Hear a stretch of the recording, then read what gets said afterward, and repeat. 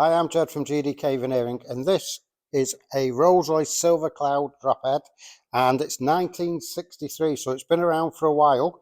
And when it came into us, it had all been like hydro dipped. There was a lot of hidden things that were underneath this hydro dipping, so all that's now been repaired, i.e. like this piece, for instance. Now this sits just there on this picnic tray, and you can see that it was all smashed off at the end with filler in. It's got nail holes in it, and it didn't actually fit properly. So what we've done is we've actually made a new one, and you can see there how nice that looks. It all blends in with the front edge. That's going to look absolutely beautiful.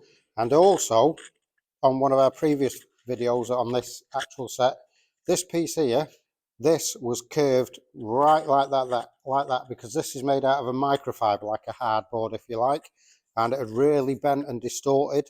And you can see that's gone almost flat. By the time it goes in the car, it will be flat. And it's been lacquered. We're just leaving it to cure before it all gets sanded, and then it's all going to get polished, and then it'll be going all the way back to America. Thank you very much for watching. I'm Jed from GDK Veneering. Please click like, share and tell your friends, and keep watching things like this.